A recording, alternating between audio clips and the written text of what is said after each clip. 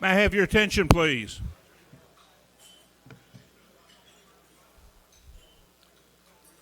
I hope everybody enjoyed their meal. I think it takes us a little longer, but I think we had a great meal, and I think the board and the convention chairs did a nice job in making the change. At this time, I want to introduce our speaker. You know, over the last 11 or 12 years we've been doing the banquet, we've had a lot of great speakers, and this year's no exception. And I want to thank Jim Cruz for convincing our speaker to come. I promised the speaker, because he's a friend of Cruz, we won't hold that against him. He seems like a nice guy. But our speaker this evening is Eliot Jacobson.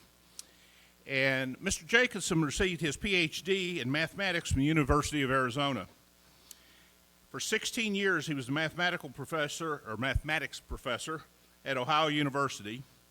From 1998 to 2009, he was a visiting associate professor and lecturer at the University of California, Santa Barbara.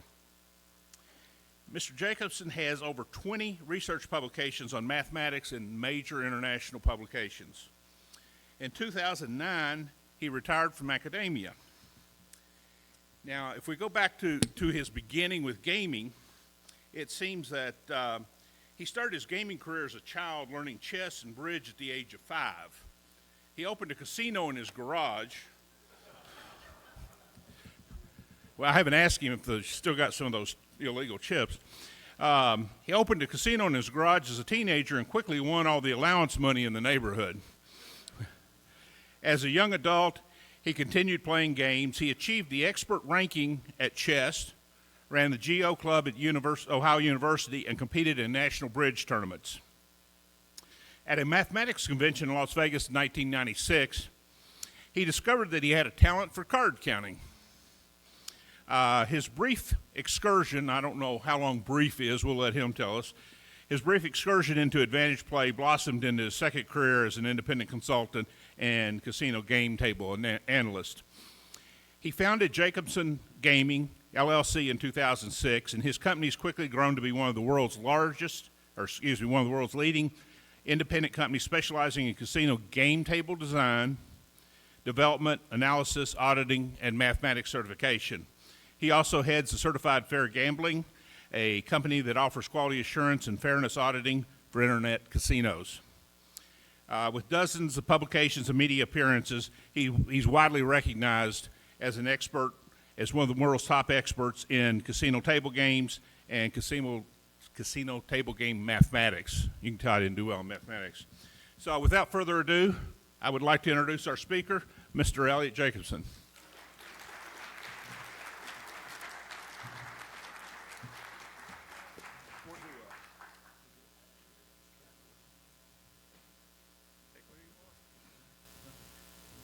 Good evening, everybody. Thank you so much for that kind introduction, which is, it's actually on the last page of my book. I wrote it myself, but it was so nice. Thank you. I appreciate those kind words.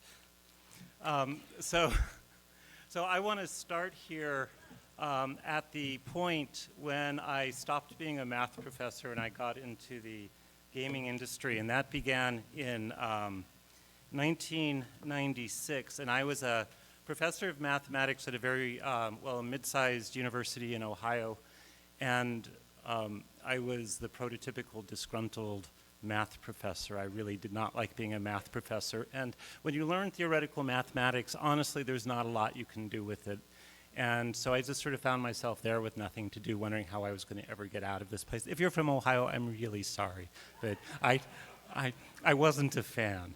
Although the Ohio Bobcats, I guess, made it pretty far this year, so that was good. Okay.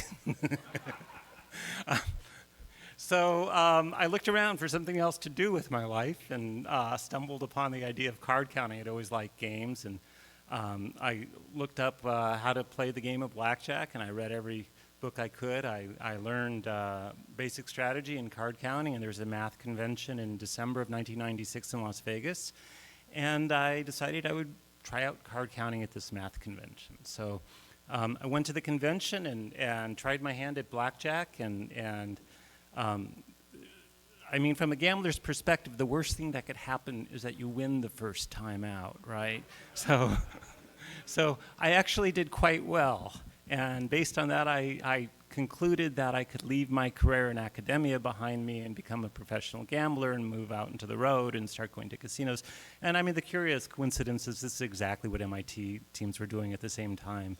But I didn't know about those guys. So I was just a math professor looking for a way out. And so I started, I had a friend who's in computer science at the same university, and we just put a little two-man team together, and we started taking trips places. And in the winter of '97, I found myself in a number of places, Tunica. I actually had my biggest day ever, even to this day, a win in Tunica, followed by my biggest one-day loss ever on my next trip in St. Louis. And so my wife at the time was very happy about the win and very sad about the loss. The loss was less than the win, but on my next trip out to Reno, my wife told me not to come home. So you laugh now, right? So it was one of those situations, cancel all the credit cards, put a hold on the paychecks, change the lock, said you're not coming home. And so I looked around, and my family was in the LA area, and I stumbled into Santa Barbara and rented a place and looked around for what I was going to do with my life. And I guess I was a gambler at that point. That's what I then knew how to do. So I resigned my position at the university that summer and commenced trying to become a professional gambler. And fortunately for where I lived, there was a casino very close to it called the Chumash Casino. And at the time, the Indian gaming laws allowed, the casinos collected an ante for every hand played, 50 cents or a dollar, depending on the size of your wager. And the rule of the land was they had to give this money back to the players. It was in a player's pool by means of promotions. And I realized that some of their promotions would be very easy to beat and take money from them. The first one I remember beating was called Catch 22, and in this promotion, you played blackjack. Every time you busted and your hand was a 22, you were paid $22. And they just thought this would be nice for their regular players, that nobody would notice it. Occasionally they'd get 22 bucks. But at the time, the minimum per hand was $3, and I realized that it was a good strategy to simply play as many hands as you could at $3 a piece and bust every single one of them every single time, and hopefully get a 22 when you bust, because $3 turns into $22, right? Sounds like pretty good odds to me. So I did that, and I started earning somewhere about $600. It went for 4 hours, 2 nights a week. I would earn from $600 to $1,000 per trip for those 4 hours. I thought that's a pretty good salary. And so I started just doing this, right? And pretty soon other people at the casino sort of caught on to what I was doing. And after, I don't know, maybe about 3 or 4 months, I would show up there and everyone on every table was playing $3 a hand and busting every hand. And so that I kind of spoiled that for these guys. And but you know, they kind of caught on to who I was pretty quickly, because they knew, because they charged the ante, it didn't matter to them who I was. They didn't care.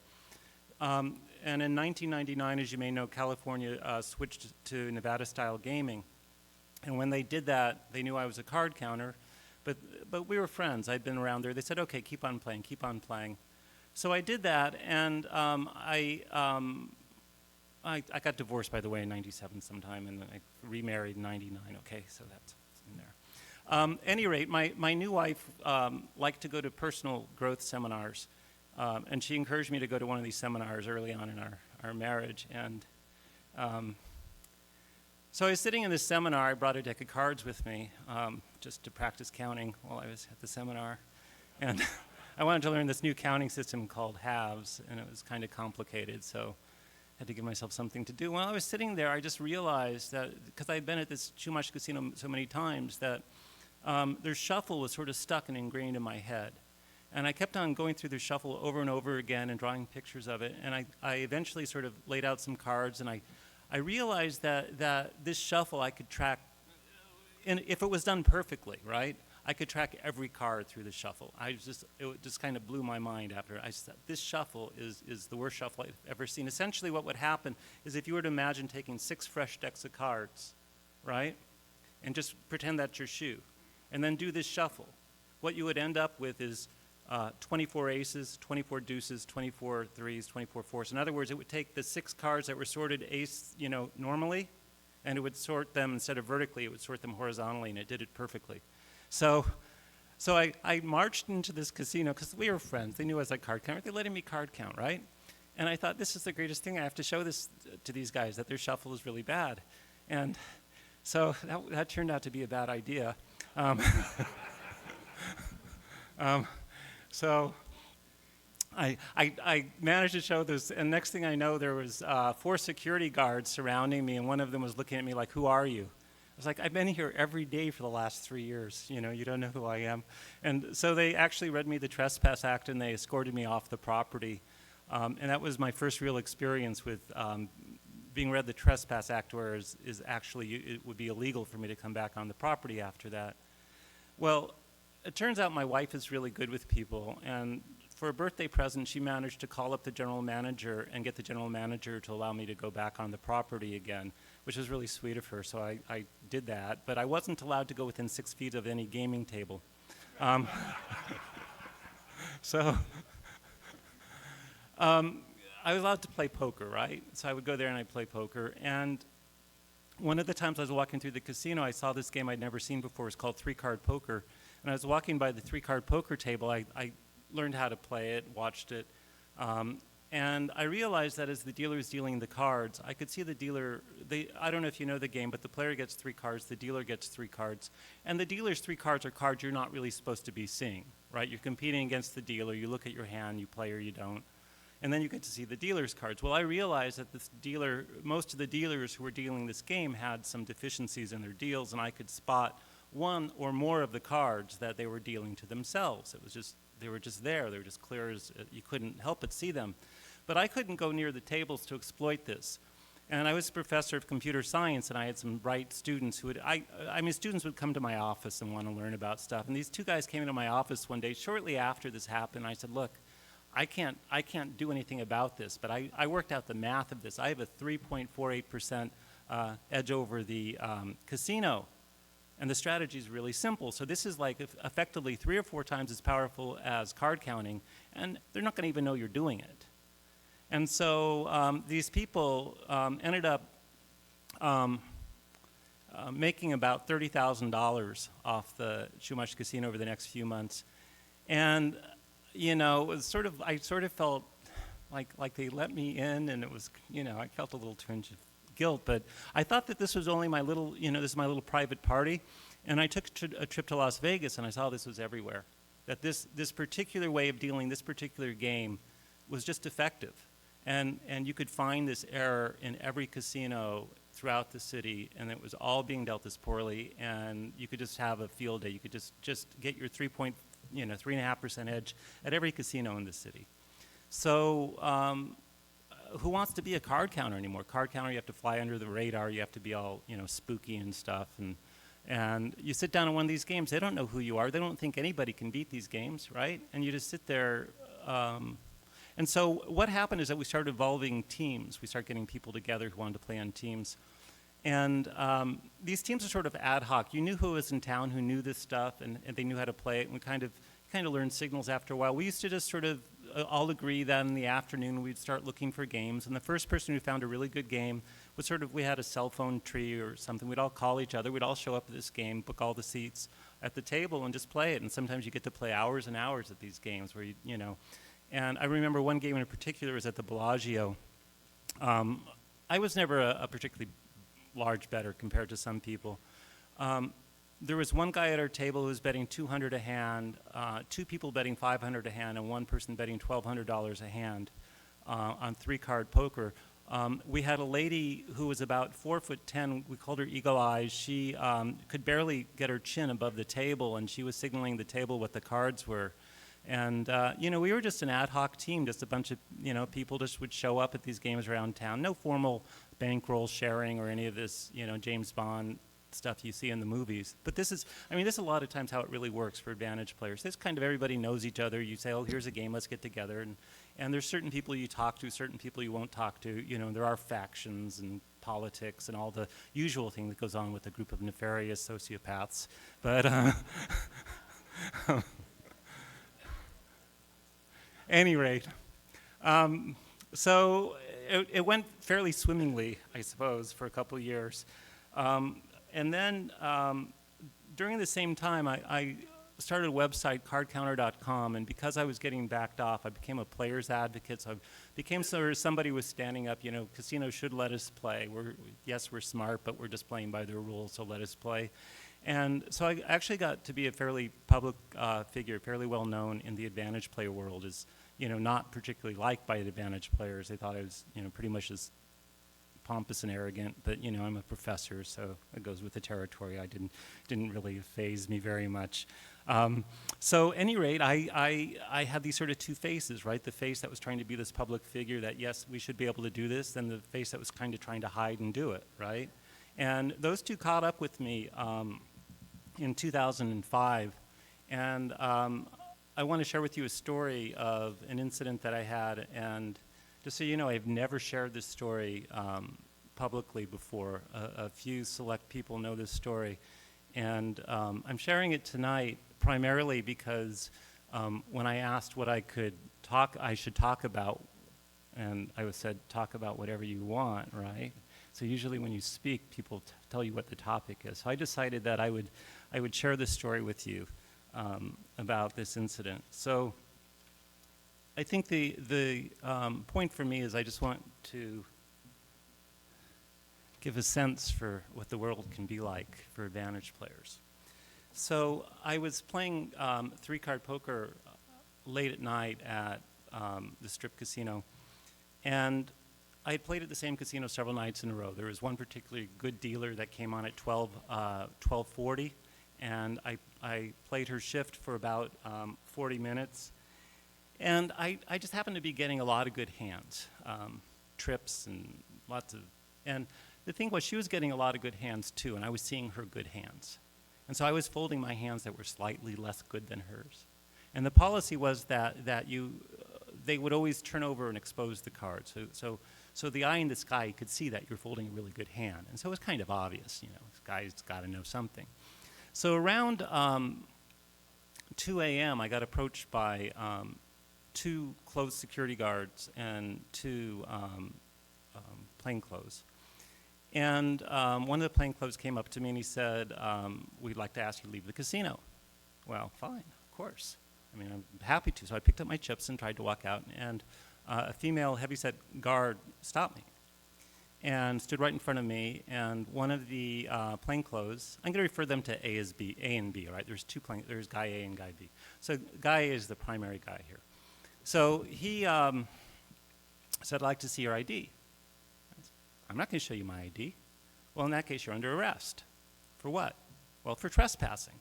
Well, I was trying to go, but you didn't go fast enough. Well, that's not how the trespass law works, right? Do you know about the law? I mean, they're allowed to say that you can't come back, but they have to give you the opportunity to leave, right? Well, we asked you to leave, and you didn't leave fast enough. Well, I tried. But so they slapped the handcuffs on me and confiscated my chips and led me across the floor over the cashier's cage. People are not, I mean, they were not particularly happy with me. It was pretty clear that was the case. And I kept on repeatedly asking, why are you doing this to me? And they would say, well, you didn't show us our ID. By law, you have to show the ID. Well, that's false. By law, you have to show ID if you're suspected of a crime and the police ask you of it. You know, they have to have probable cause, right? You don't have to show it to some, essentially, security guards are civilians, right? They have no real police authority. They can detain if they have probable cause, but they have no other police authority. So I kept asking for probable cause. They didn't have any. What did I do wrong? You were trespassing. What did I do wrong? You wouldn't show us your ID. And as I kept on asking these questions, they just got kind of, you know, they didn't appreciate me. you know how, you just got to imagine, right? I mean, it wasn't that I was being fresh with them or anything, but you really got to wonder, you're really kind of scared. What are you doing this for, right? I tried to leave. So as we were going back wherever they were taking me, they started threatening me. And Manet in particular started making threats on my life. I mean, things that were intense and frightening, and the sorts of things like they're going to take you out to the desert and, you know, do this and this, or we're going to. And so, you know, at some point you stop just thinking this is fun and games, and you start thinking these are really genuinely bad people, right? And I asked to be taken someplace where I knew there was going to be vocal and there's going to be cameras, and they said they were going to take me to someplace they knew in the casino where there were no cameras. And they said, we know this casino, we know where to take you. And Manet said, well, before we take him there, let me have him in the elevator, right? He said, I'm going to, you know, kick the crap out of him, whatever, in the elevator first. So, you enjoying this or not? Is this not, because I could tell you like jokes or something, you know, but. So he instructed the other 3 people to sort of go away and go somewhere else, and he was going to take me alone in the elevator. And he was, you know, telling them what he was going to do to me in the elevator, and so he asked me to turn around, right? And I thought he was just going to push me or something, throw me in the back of the elevator, and he just told me to walk to the back of the elevator. And so you gotta just imagine, all right? I'm going to try and show you this, right? So you're like this, with your body pushed up the face of an elevator, and there's a guy behind you who's like threatening really nasty stuff. So I really thought that was going to be it, right? You think you're going to get beat up. Well, okay, he didn't do it. But when I got out of the elevator, the other 3 people who were there, they must have known, right? And so now they were walking down me this very long hallway. And the hallway must have been a couple hundred yards, right? Maybe 300 yards. And I could see off in the distance there was a couple people. It looked like they were just employees of some part of the casino. I started screaming at the top of my lungs. I just started screaming, just as loud and as hard as I could. You know, please save me. Please help me. These people are going to do these things to me. And I kept screaming and screaming, and I just, it was just about as intense an experience as you can, you know, imagine at that moment. And they said to me, those people know who we are. They know what we're doing. They're not going to help you, right? So, so after a while, you'd sort of give up screaming, right? I mean, what's the point? So they ended up taking me at the end of this corridor. I did eventually make it to what was the proverbial back room where they back room people, which really was the main holding place where they take whatever, if they, you know, you're drunk and disorderly or something. At that point, you know, I continued to ask, what's your probable cause? And they said, well, you're going to spend 10 years in jail for this or whatever. And at that point, they took, essentially, it wasn't a strip search, but was, you know, the equivalent where everything is, you know. And they started asking me questions like Social Security, where were you born, you know, all these things. And let me tell you, in that situation, you answer anything they ask, you answer. As truthfully as you can, you do not.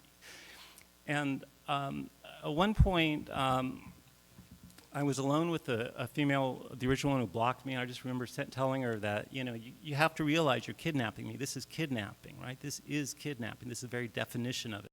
You're holding me against my will without telling me why. And that's what this is. And one of the other guy, man B, at some point came back in, and he said, you think you're so smart? Well, let me just tell you, you are scum. And you think you know who we are. You don't know who we are, and you should be careful, right? So you have people talking to you like that, right? And this is not Las Vegas from the 80s. This is not, you know, Benny Binion or, some other god of ancient lore in the city. This is 2005, right? This is modern Las Vegas.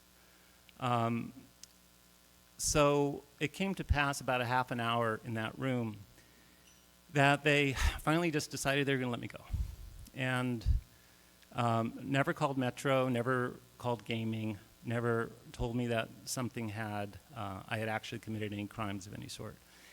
And they took off my handcuffs, and the original Man A, he led me, he said, follow me. And at this point, you still don't know where he's going to take you, right? But he said, follow me. So where he led me to was a service road that was at the back of the casino. And the service road went from the back of the casino to Las Vegas Boulevard. And this is a major strip casino, and this is 3 a.m. at night.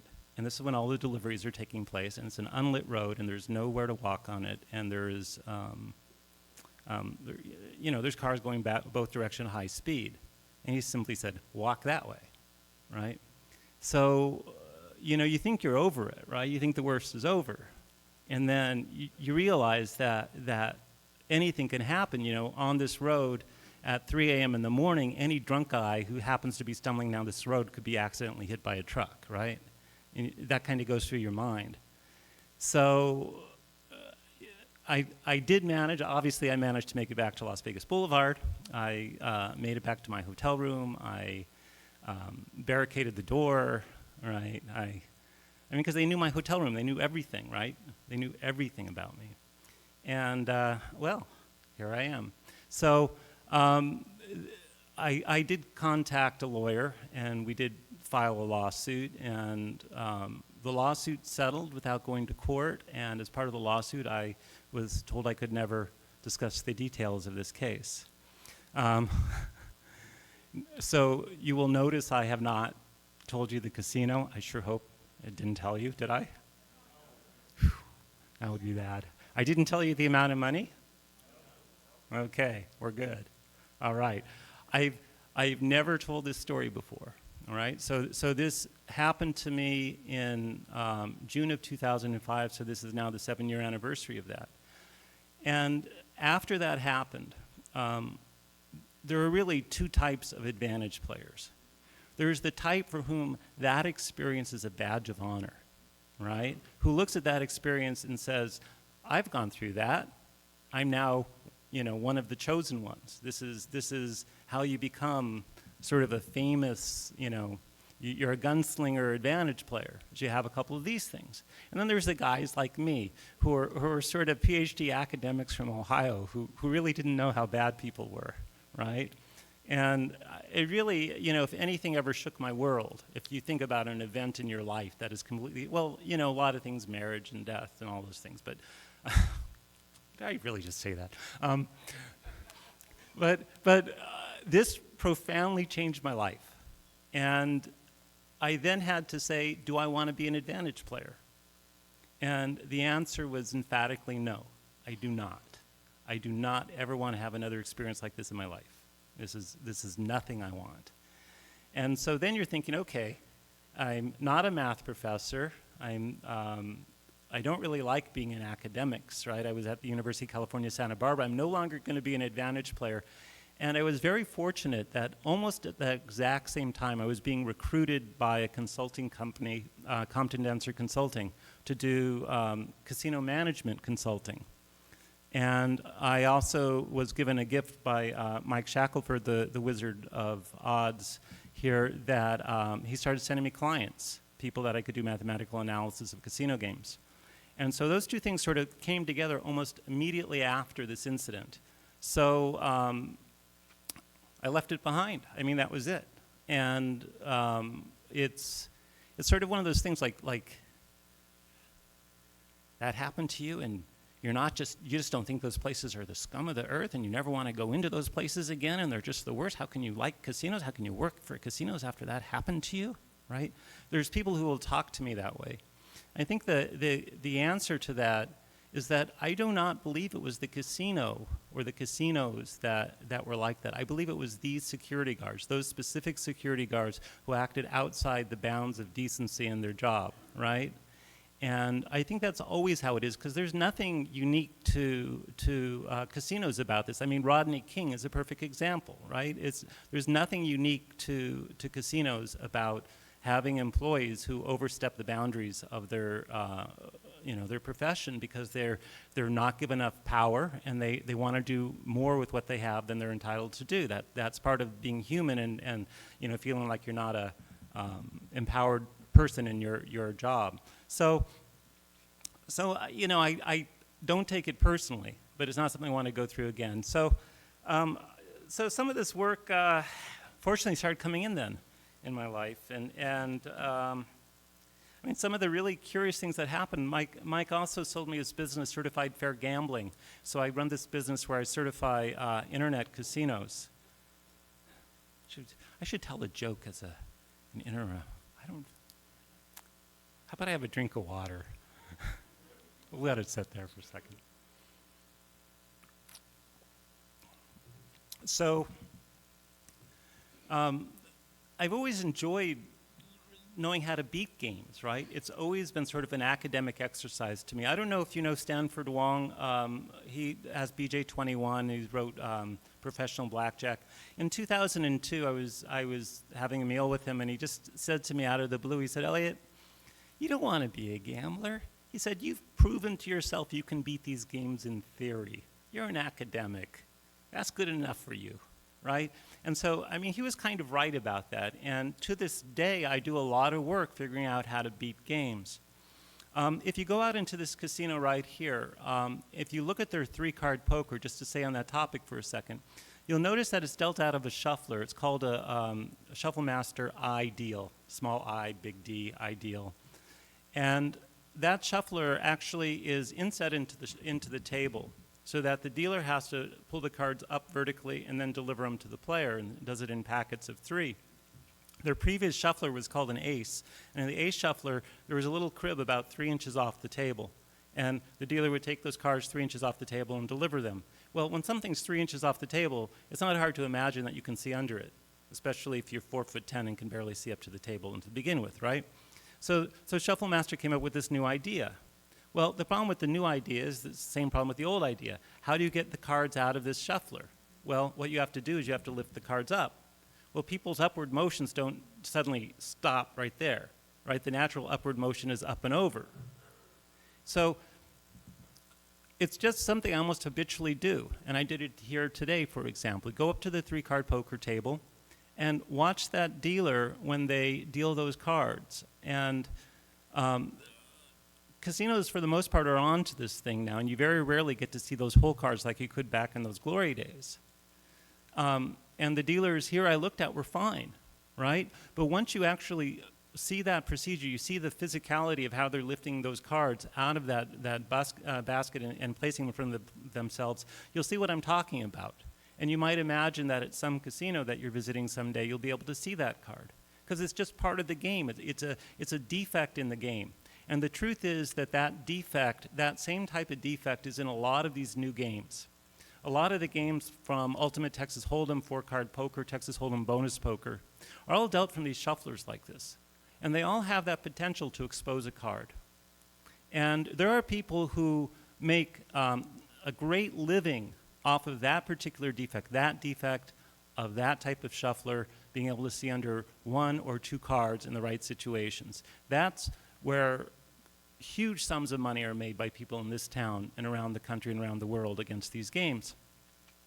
There's another way that people are making huge amounts of money also against these same games. You know, if you ask people, how do you beat casinos? Well, everybody says card counters, right? Card counters, all you ever hear. But card counters, that was really big in the 90s, right? Because at that time there was blackjack. And essentially, there's still blackjack. You go into a casino, the number of tables of blackjack in the state has dropped from 3,100 to just over 2,500 in the last decade. Blackjack tables are going away. They're being replaced by all these other games. All these other games, shouldn't they have just as many vulnerabilities as blackjack? Well, yes, they do. But is anybody checking on those? No, they aren't. So all these other games that you see out there are just flying completely below the radar of most people in game surveillance security. Nobody realizes how much these games are getting beaten. And recently I've written a series of articles. I do a lot of my publication on a website called worldgameprotection.com. it's run by Willie Allison, and he has a newsletter called Catwalk. At any rate, I've been publishing a series of articles on card counting, but the card counting is not card counting blackjack, it's card counting side bets. How am I doing on time?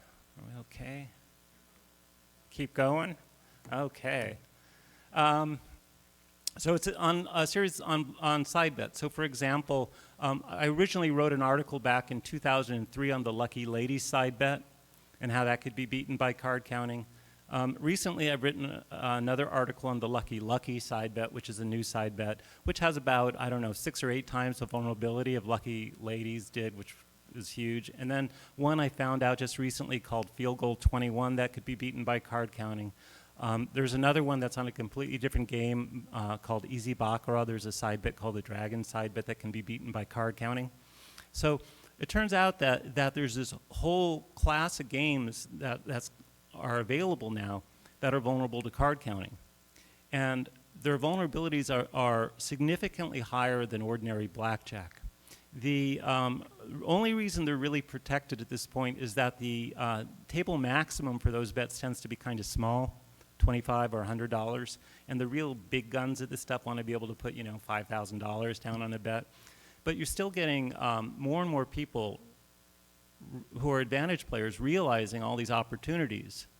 And the message doesn't seem to be getting out in popular culture.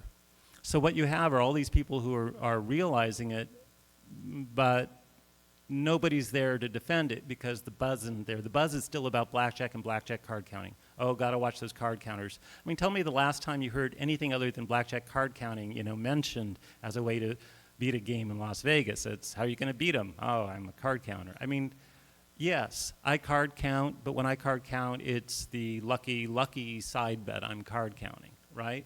It's something where rather than getting your minuscule 1.5% edge like you do in blackjack, you can sit there with a 6, 8, 10, or in some cases over a 20% edge over the house by card counting.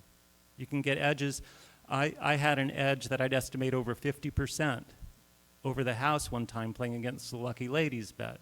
You get edges by card counting that are astronomical compared to ordinary blackjack by wagering on these new games. And that kind of thing is it's hard to get the word out, and there's 2 reasons why. Or maybe there's more, I don't know. I'll just say some reasons. One of the things that bothers me when I listen to people talk is when they give you a list and they say the first, but then they never say the second, or they say one, or they say A and then 2. Do you ever get that one? So I'm going to not give myself a bulleted list. You see, these game development companies have a real problem with their products. They know that if they do the research to find out what's wrong with their products, they'll never sell them, right? So if Shuffle Master gets a game like, I don't know, Field Goal 21, let's say, which is one I just recently busted, they have no incentive to find out that game is bustable. Because if they then go to a casino and say, hey, we'd like you to put in this side bet, and by the way, it can get crushed by a card counter, right? Casino's going to say, no, I don't want that. So there's no incentive on that end. There's also the advantage players certainly don't want that information going out, do they? Right? The casinos that have these games, if they already have it installed, they don't want anybody to know. They don't want me writing. So suppose that you're a casino and you've invested time and money and training in installing a side bet like Lucky Lucky. Along comes me and publishes an article and say you can cream this game by card counting. Do you think the casino's happy I published that article? Because now they're going to get all these people walking into their casino. So who is happy when I publish an article that says you can beat one of these games? Who is happy about that? Now when you think about that, find another industry where a guy comes along and says, hey, there's a problem with this product. And everybody who uses that product, whether it's the vendor, the end user, it doesn't matter. Everybody who uses that product is pissed that you said there's a problem with it, right? Everybody. So I'm running into headwinds from, I speak at conferences, right, all the time. And I've actually been told by a couple people who host these conferences, you cannot mention that such and such a game has a problem. Why? Well, they're one of the sponsors. They have a booth here.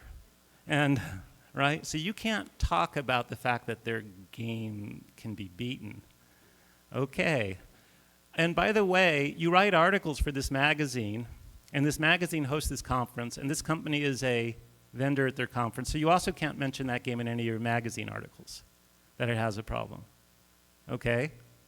So there is this conspiracy going on now, and it's kind of a weird conspiracy, but all of the parties to these games are sort of simultaneously conspiring to keep this information from becoming public.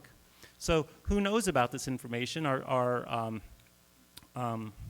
Mike knows about it. But actually, we've started to publish some of these things recently, and Mike put up one of my articles on his page, and he did a great follow-up article as well. And there's another gentleman out there who's starting to publish these things, Stephen Howe on discountgambling.net, and then they're getting published on Willie Allison's World Game Protection. So this information about all these games that you could beat, exactly how to beat them, exactly quantifying how vulnerable, it's finally getting out there. And in my mind, there's value to having knowledge being public. This is where I am an academic. People come to me and say, Eliot, why do you do this? What's in it for you, right? There must, and you don't know how many people come to me. There must be an angle you have. You know, you must have something in this for you. What's in it for me is that I'm essentially an academic. To me, the purpose of academia is to find and publish the truth, you know, and that's its own reward. And there's no money in this for me. You know, in fact, people give me trouble from every direction I turn, the fact that I bust games. But it's really one of the great pleasures I have in life, honestly, is just waking up saying, let me look for a game that everybody's playing everywhere and figure out how to beat it. And it's just amazing how often you can do that. So let me just give you a couple takeaways, okay? I guess I have other things I could talk about, but I think I'll wrap up. This is my book on blackjack card counting. So I wrote this book. It's a series of essays I wrote when I owned the website cardcounter.com. So it's all about card counting. If you want to learn how to be card counter, this is it. But I also have a chapter in here called 10 Ways to Beat Blackjack, which tells you even now I was thinking about all the, you know, not just card counting, but that there should be a lot of ways of beating even blackjack. And this is a book I wrote back in 2009, and actually the reason I wrote it is because I was embarrassed I didn't have any work, and there was somebody who was doing some house repair, and I wanted to look busy, so I decided I would just write every day, because otherwise he would know that I really didn't have anything to do, and that was kind of, so motivation comes in all form. But this book has a chapter that I think is especially interesting because it outlines in great detail all the new ways people are thinking about advantage play that they never thought about it before. And I think it's just a very easy and readable chapter. So if you're ever intimidated by card counting, the one thing that's true about beating these other games that wasn't true about card counting is they're all much easier. They're all much easier to beat than card counting blackjack. So, so those are a couple books I have, and I retired from UCSB. I'm just happy as can be. I no longer work for academia. I do this full time, and life is good. And thank you so much for inviting me to speak here tonight.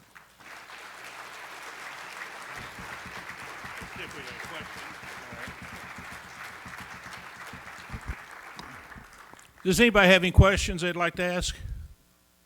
Right here.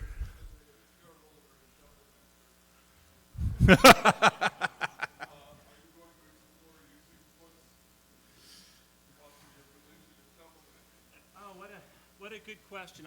I bought Shufflemaster stock myself back a few years ago, and I think I bought at 8 and sold at 5. So, yeah, no, their stock has sort of been at the same place for a long time. No, I don't. I mean, that's a really good question. When I busted, there's an interesting story. When I busted the Dragon side bet for Easy Bach, that side bet is owned by a company called DEQ, which is listed on the Canadian Stock Exchange. And the day my article went live on Mike's site, the largest shareholder sold 500,000 shares in that company. It dropped 20% in one day based on my article. And then the guy apologized for overreacting and bought him back, you know, a couple days later. But no, it actually can have remarkable impact, these sorts of things.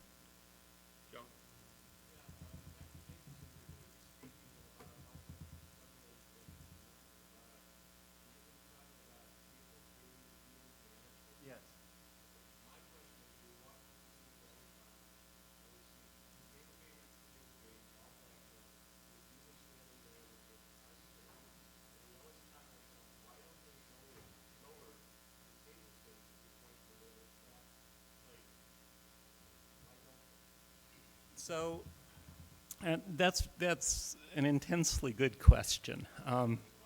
The question is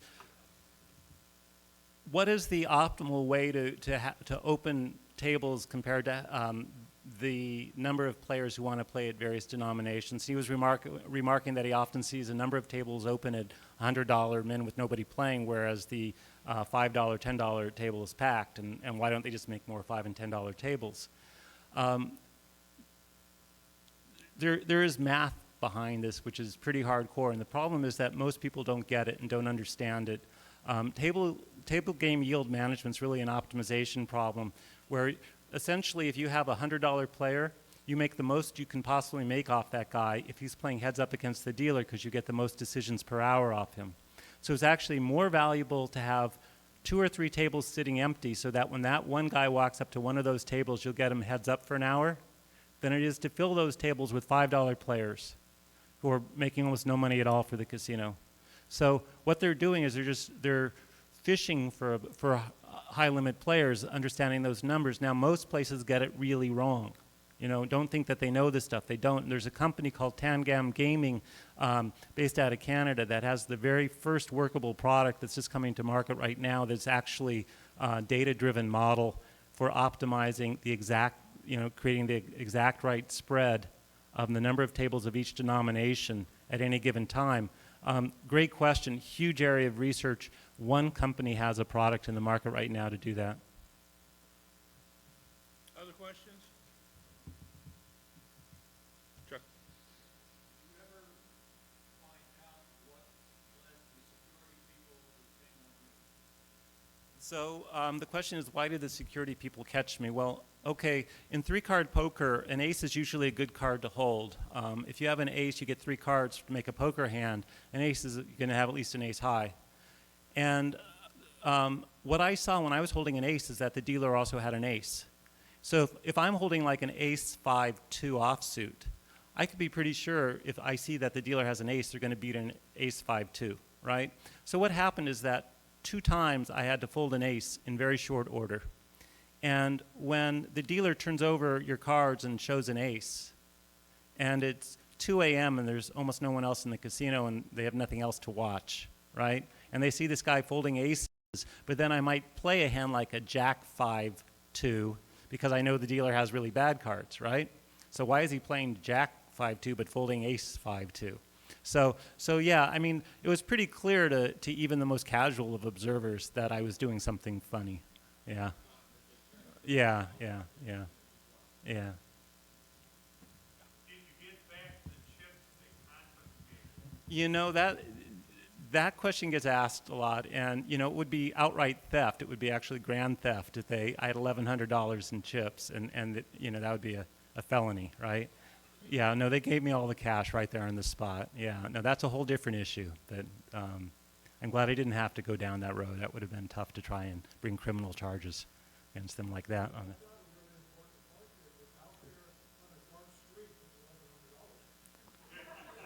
Yeah, but there was only truck drivers driving by at high speed, so the fact that I had $1,100 on me didn't.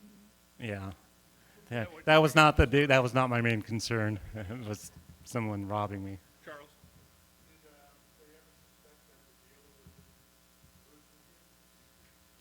So the question is whether there's this suspicion that the dealer and I were working together. And this is actually one of the big problems that a lot of advantage players have. A lot of times dealers do want to swing deals with players and will proposition players for various types of information. And one of the things about an advantage player that marks the difference between them and a crook is that they go out of their way to not commit felonies and crimes. And I've been in situations more than once where a dealer has in some fashion propositioned that you could do such a thing, and I've just walked away from the table rather than even engage in another bet. This problem was it was pretty clear that this was just a procedure problem because this is a well-known issue. I think they knew what was going on, and which makes it even funnier because if they had arrested me, they should have arrested the dealer too. So they knew the dealer didn't know, right? They would have taken her off, and they didn't. Okay, we've got time for one more question. Oh, okay. on behalf of the club, we would like to present to you, Well, look at that. oh, here. This is a set of the club chips for this year. And we appreciate you being here. Thank you so much. All righty. Thank you. Thank you. Thank you. I mentioned that my lips were bad. Don't forget your glasses.